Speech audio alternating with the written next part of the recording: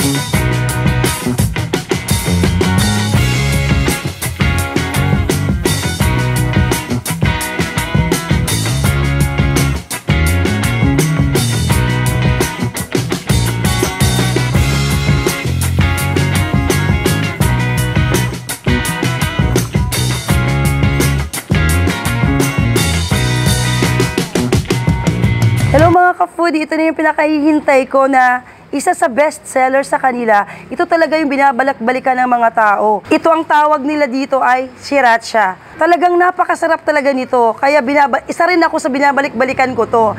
Kasi nung natikman ko to talagang grabe. Sobrang sarap talaga. Kaya ngayon ito na naman ang in-order ko. Tara, tikman natin mga ka-foodie para malaman nyo kung gaano talaga kasarap. Ito yung wings nila. At kung matikman mo to, talagang matutuwa ka, sobrang sarap. Grabe, di ka magsisisi talaga. At ito napaka-affordable talaga, hindi siya talaga sobrang mahal. Talagang napakamura talaga nito. Kaya tingnan nyo, talagang kahit sa buto na lang, nandyan pa rin yung sauce niya. Sobra. Kakaiba talaga yung aroma talaga nito. Sobra. Kahit buto, talagang mapapatakam ka. Sarap. Talaga naman. Alam niyo yung lasa nito talagang siya maanghang na matamis. Pinaghalong ganun. Kaya talagang swak na swak talaga yung lasa.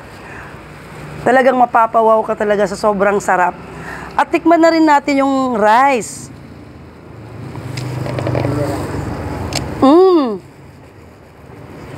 Pati rice nila talagang babalik-balikan mo talaga. Tama lang talagang sabi nilang only rice.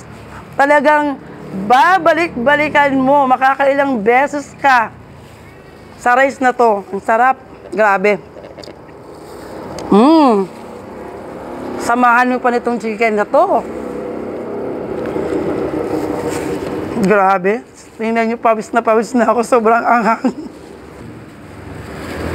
Talagang talaga, nandito talaga yung yung pinaka-sauce niya, talagang kumapit talaga sa buto. Sarap. Ito naman ang kanilang drinks. Ito yung tinatawag nilang lychee.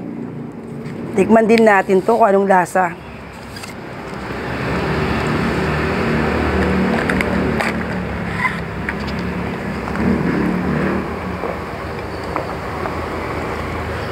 Oh, grabe. Pati drinks nila, sobrang sarap. Refreshing talaga. Grabe. Ano kaya sikreto nila nito? Para magaya nga. Sarap.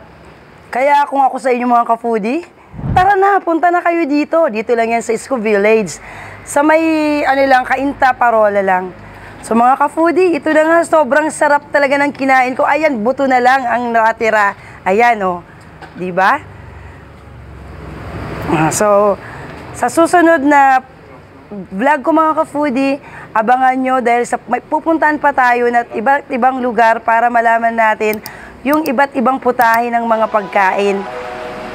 Hanggang sa muli, abang-abang lang. Bye! Babush!